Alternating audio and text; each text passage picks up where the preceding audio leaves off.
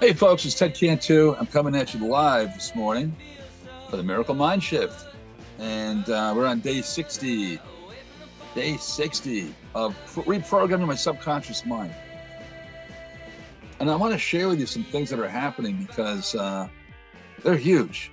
Now, I want to show you some things that might blow your mind. And I want you to kind of suspend judgment and just listen to me for a moment.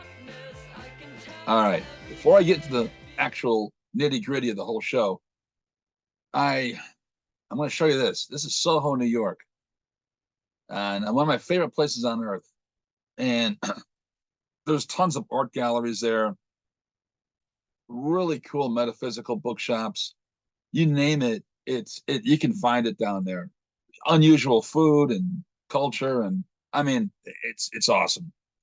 So I spent a lot of time there in the '80s, and I spent a lot of time there in the '90s, and I spent a lot of time there in the 2000s. I always go down there. I gravitate towards that area because it's so cool. But there's a bookshop down there called the Open Center. Now they started out in Soho, but they're actually relocated to Midtown, and they have some of the most amazing books I've ever seen in my life. If you ever go down there, just be aware of it because it's you don't want to miss it. It's a really amazing place. There was a guy I saw down there one time. He walked in buying some spiritual books, and I swear this is a true story. Yeah, he came to the store dressed up like a genie. That was like his everyday attire. Like he had like this little vest and little shorts. I don't think he wore a t-shirt. He had like a fez, right? Looked like a genie. Looked like he popped out of a bottle somewhere. Very strange, but those are the kind of people that go really serious, dedicated people that are committed to learning about the subconscious mind, the universe, cosmic laws, and other cool stuff that we talk about on the show. So check it out. Anyway, uh, that's that. Now, let me show you this picture right here. This is an obsidian stone. Obsidian stones absorb negativity. And I picked this one up over in Earth Lore. And I actually put it in my pocket. And it works kind of like the Kabbalistic red string that you wear on your wrist. I'm not wearing one today, but I usually wear one here on my left wrist to deflect any kind of negativity. Now, it's kind of funny. I'm just showing you this picture because I lost the stone. I dropped it in a big pile of clothes that I was going to do the laundry with, and it disappeared, or so I thought. And it's funny because I went to take a little nap, and I laid down on my bed, and I felt this little bump on my back, and it was kind of like the Princess and the Pea story, right? And I I reached behind my back and I pulled out the stone, which is right over here, right here. So if you can see that right there, and there's a picture, took a picture of it too. But this thing is so funny because I don't know how it got there, right? I don't know how it got there. Really, really weird. I might do a show about that, about lost objects and how they appear, because there's no explanation for it. And I have no idea how it got transported into my room and on my bed under the covers. Really strange. It was like the universe wanted me to find it, and I found it. So kind of goes back into what said about Saint Anthony. You know the prayer, right? Saint Anthony, come down to the ground, reveal to us what must be found. Things will appear. It's an old Catholic prayer, but it works. Let me tell you something else before I get ready with the show. Soho, I was down there one day and I lost my wallet. And I live in Connecticut. I lived in Black Rock, Connecticut. And let me tell you something, man. I lost my show or my wallet. I went to the show for what's his name? Oh, Montel Williams, and I was in the audience. And somehow I lost my wallet, and this is a true story. And then I went to go see a concert. I saw the Psychedelic Furs. Yeah, and I the whole day I'm wondering how in the world am I going to get home? I had just enough cash on me to make it through the day, and luckily for me, I carried my concert tickets in my other pocket, and I took the last train home. Went home, got my apartment, didn't know how I was going to function the next day. I had to go to the bank, cancel all my cards. And that's a true story, but this is really kind of spooky. Um, and I went to bed, just worried how I was going to resolve this. And the next morning, my wallet appeared in my apartment. And it looked like somebody had placed it on my keyboard on my computer. It's a true story. So weird, man. That is one of the weirdest things. Anyway, it's mysterious. The universe is so mysterious. And that's what we're going to talk about. Some of that stuff today. We're talking about the 99% that's around us of probabilities. See, we're only living in the 1% world. You see these buildings around me over here? That's just what we see. That's just what we see. But there's energies around us. There's a quantum field of possibilities that we could live in 9 dimensions, right? From somebody who's not so powerful to somebody who can, be on top of their game. Level 10. Actually, I think it's level 7. They call it seven levels of heaven. But I think there's probably more dimensions than that for us of probabilities, from being the absolute worst we can be to being the absolute best we can be. Those are thoughts on my mind this morning on day 60. I am Ted Cantu. I'm an author. I'm also an art director for graphic design, telecommunication, and film. I have a BFA. I've worked with big clients, Coca-Cola, Budweiser, Citibank, WWE. But this particular show is going to be about manifestation and quantum physics and miracle making, which I really believe in. Now, I just got to tell you, if you're new to the show and how I got here is really interesting. You might want to go through some of the earlier episodes. I never really wanted to go into this field. This was not my thing. I wanted to be an artist. I wanted to work for Nickelodeon. Now that's a funny story, right? I mean, I say Nickelodeon, I mean MTV, that kind of stuff. When it was a real thing. Now I wouldn't want to work for them now, right? Doing teenage pregnancy shows and that kind of stuff. That doesn't really rock my boat. But the pop culture stuff that I picked up when I was in Soho was a major inspiration for me. And now I just don't really care about that stuff so much anymore. The art stuff is still part of me, but this particular field of study is really interesting to me. So let me just go through the notes here really quickly. I want to tell you about a dream I had last night. And I would never normally do a show on this kind of thing, but as my fiance said to me, she says, the little stuff that you talk about is actually the big stuff. Yeah, it's the little stuff that I like to hear about that you do. That's the big stuff. And it really got me thinking about it. And that's when I really dove deep into this intensive study and to share it with you guys because this is pretty crazy. Okay. Um, I want to tell you about this dream. I've got to the point in my mind, body, and spirit consciousness to give my brain a problem to work on while I sleep. And I'll wake up in the middle of the night with a solution. This is what Thomas Edison did. This is what Henry Ford would do. When they were inventing in their studios, they'd take these little naps and they would let their brain work out the problem and come up with a solution. Now, I've always wanted to get there, but I didn't realize the dedication that needs to go into that. You need to really clean up your diet, number one. Watch out what you drink. Alcohol is probably the worst thing you could do. Pot is really bad too. And not to get these two guys fighting against each other, which one's better or which one's worse.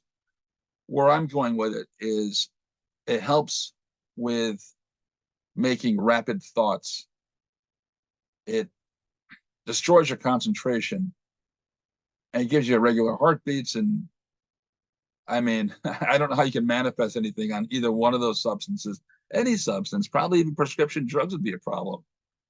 It's all drugs, right? Anything that makes you altered. I had to really get clean and just get focused because in the stillness is when we get downloads from the quantum field, when we're absolutely still.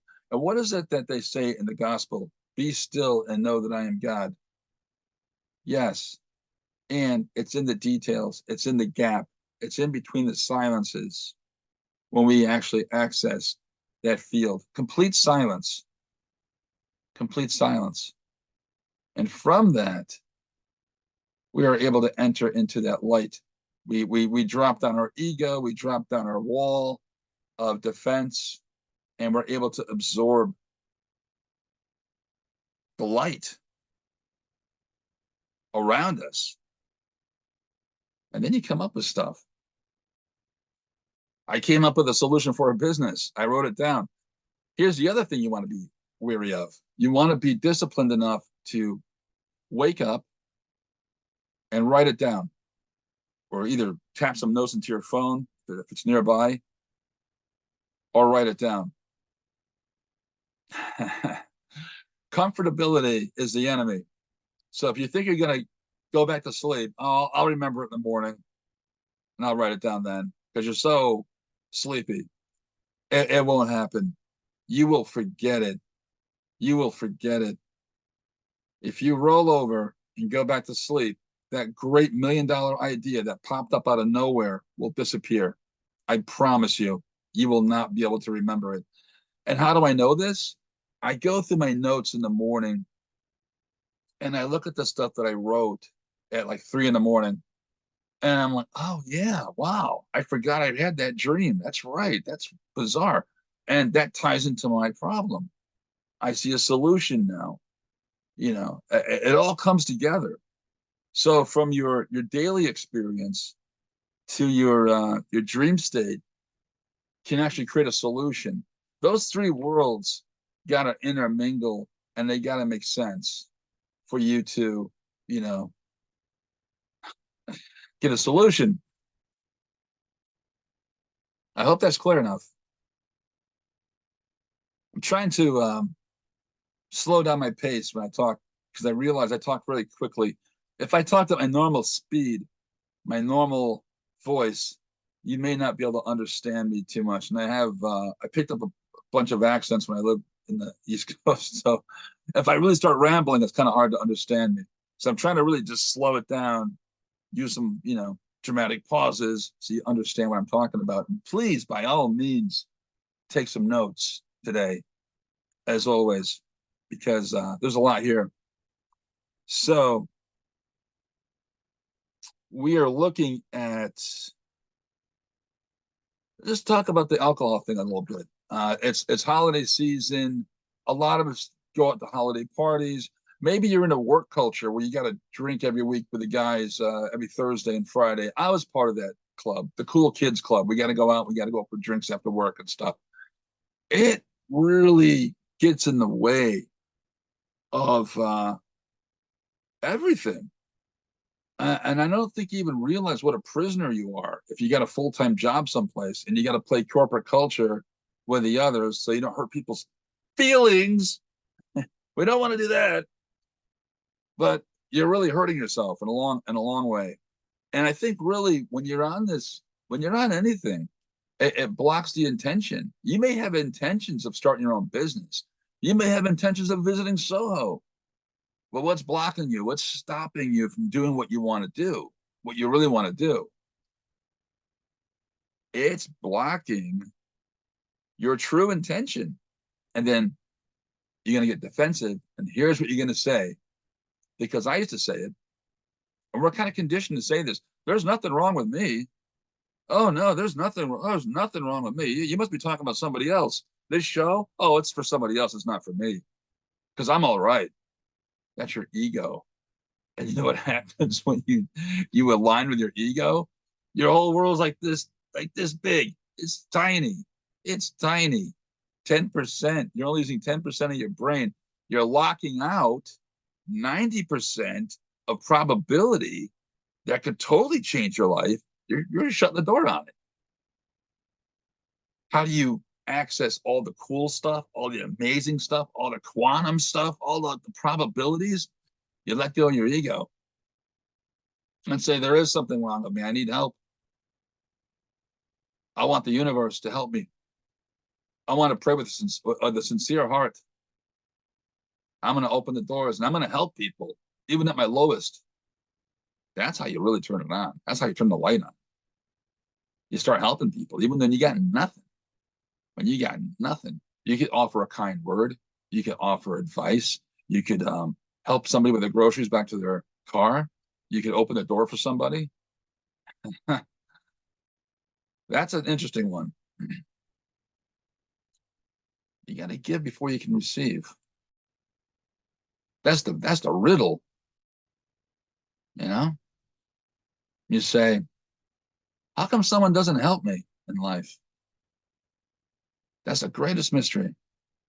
I wish and wishing is the worst thing you probably do. I wish the universe would help me. It will, but to open that door, you got to help somebody else. This gets overlooked a lot, and I tell you what, we can do incredible shows on this. Just that concept alone. So I'm going through my notes. It hmm,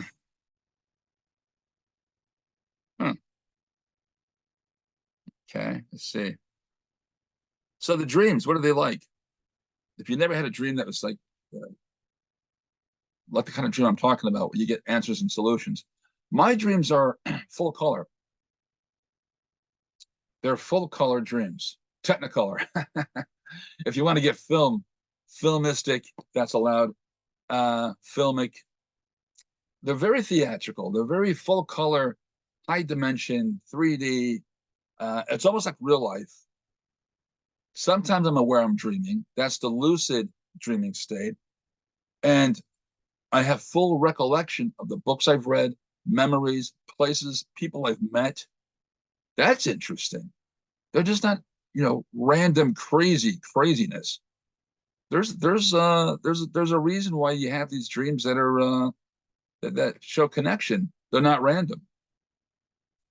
And the other thing I can tell you is that the ideas that come out of it relate to my everyday life. That kind of clarity came to me probably like around day 50, maybe a little before day 45, when I wiped out my subconscious mind through serious, deep meditation. I pinpointed stuff that needed to go. And through a series of breathing exercises and deep self hypnosis, I was able to clean and wipe out years of negativity, arguments, pettiness, squabbling, family fights, corporate mishaps with bosses that were just out of control, college professors that are just belligerent in every way, nuns. I used to get slapped around by nuns as a kid. I forgave all these situations. Step parents were horrible. I got shows on that. But after that, when I got really cleaned out, that's when stuff started to pop in. Let me tell you about the Beatles real quick. I heard this. Paul McCartney wrote the song Yesterday. Now, if you listen to the early Beatles, Yesterday doesn't sound anything like the early Beatles. It's sad. It's introspective. It's It's full of remorse and regret and some deep thoughts. You know, John Lennon's writing songs like "You Make Me Dizzy, Miss Lizzie," you know, stuff like that. And what was the one? Now, Junior, behave yourself. That was a bad little kid moved into my neighborhood. Um, he'd write this stuff, this rock and roll stuff. Junior's head as hard as rock. Now, Junior, behave yourself. And then, of course, I want to hold your hand and twist and shout and stuff like that. Yesterday was a different song, completely different. There was a bit of a jealousy thing there going on with Paul McCartney and John Lennon. But Paul said this. He said that song came to him in the middle of a night of a dream, and he got up and he wrote it down. He doesn't know where it came from. That type of stream of consciousness comes from the 99% of probabilities. In his 1% world, he probably never would have come up with that song. But when he surrendered to the light, relaxed, in his creativity, this stuff around him came in, and he was like a channel for this. I heard that story from the Kabbalah Center. Came on a little CD. And I thought it was the coolest thing in the world. But I wanted to do it too. And I struggled and I struggled and I struggled, and I could not get to that level of creativity where I could open up things and have solutions come to me. Why? I'll tell you why.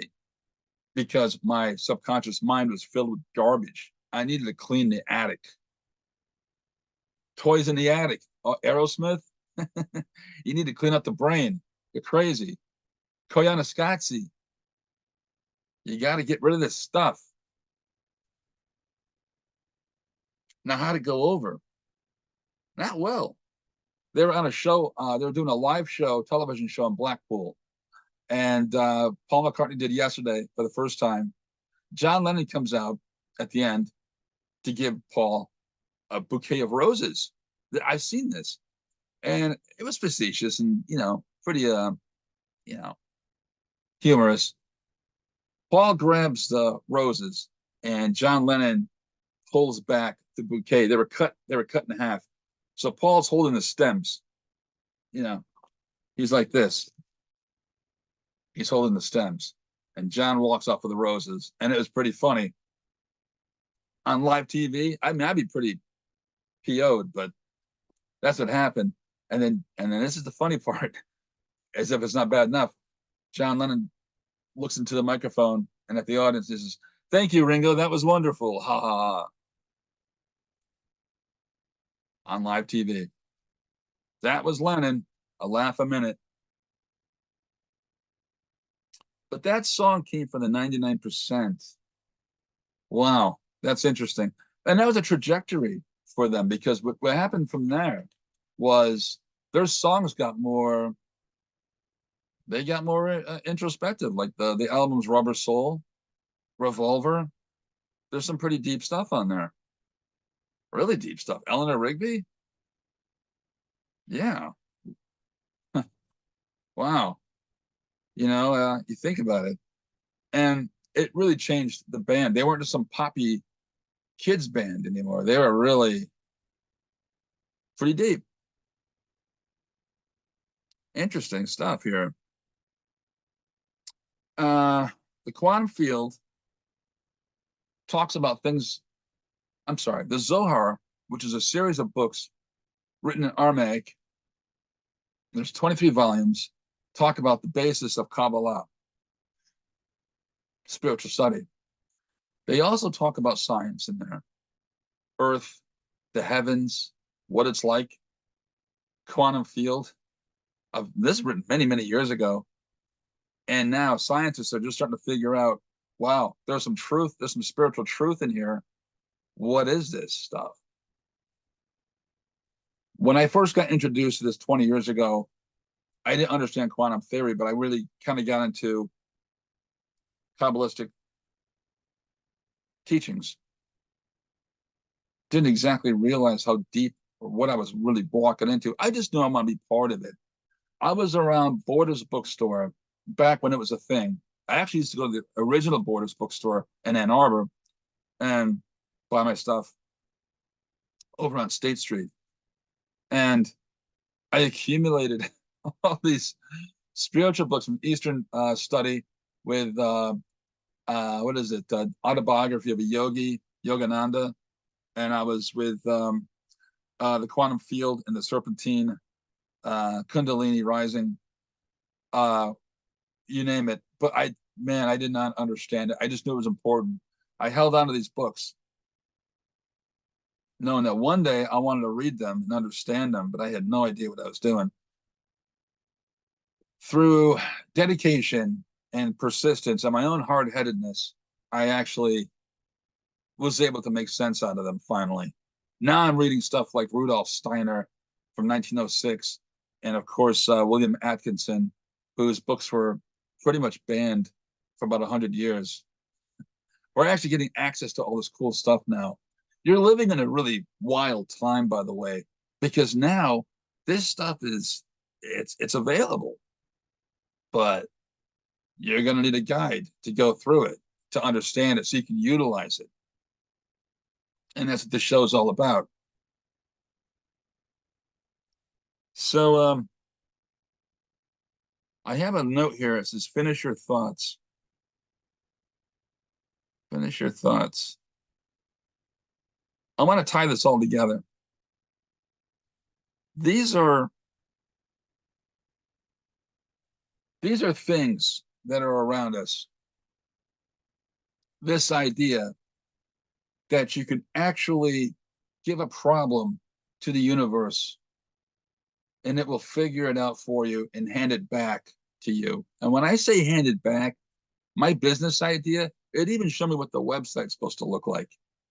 And it showed me people that I'm going to meet that were super excited to work with me. Right. And it showed me the life that I wanted. Uh, and I guess that's why I picked Soho today. You see, because I like to have my days be different, not always the same.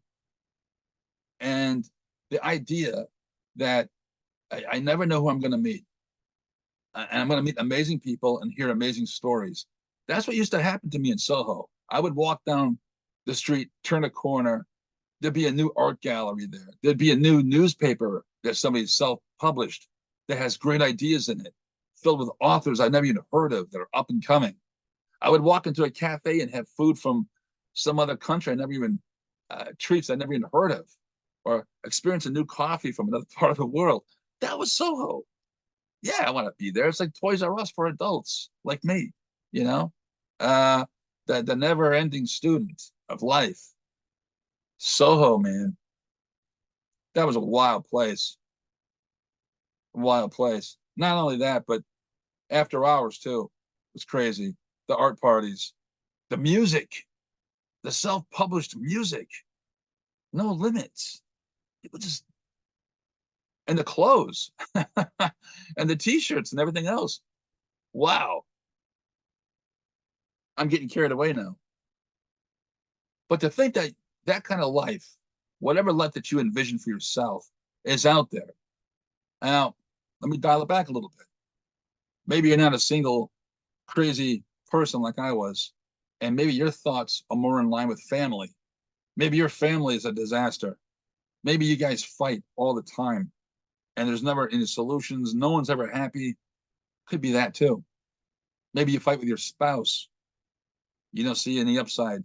How are you going to get out of it? Or how are you going to change your life? Surrender to the light. Get rid of the ego. Be open to probabilities. Be open to the solution. It's not just cool stuff like pop culture and music that comes from the quantum field. Health comes from the quantum field. Healing, answers, solutions. Rebuild your body, mind, body, and spirit. Are you sick in any one of those areas? Does it affect the other? Are you robbing yourself unintentionally? Are you destroying yourself financially? Wow. Think about it and get grounded in the earth. Get grounded with yourself and write down the things that you want to change. These are the things that you can not only change, but overcome. All right. That's a lot to think about. I just want to introduce you the 99% and my dream state on day 60. I'm resolving problems just like Tesla, Edison, Henry Ford. And that's not bad. That's something to really celebrate and be happy about. So I'm going to leave you with that. If you have any questions, and I'm sure you do, you can always call me at 248-277-6141, or you could always email me at tedcantu@gmail.com, and you can find me online at tedcantu.com. We make it simple for you. And we have a whole new station on YouTube with tons of videos to help you with all of your inquiries. And like we say on the show, if I can overcome my problems, you can too, with Ted Cantu. That's me. And I want to thank you for watching today. And I wish you a happy Christmas season that we're in right now. And all the best to you. Thanks for watching, and I'll see you online.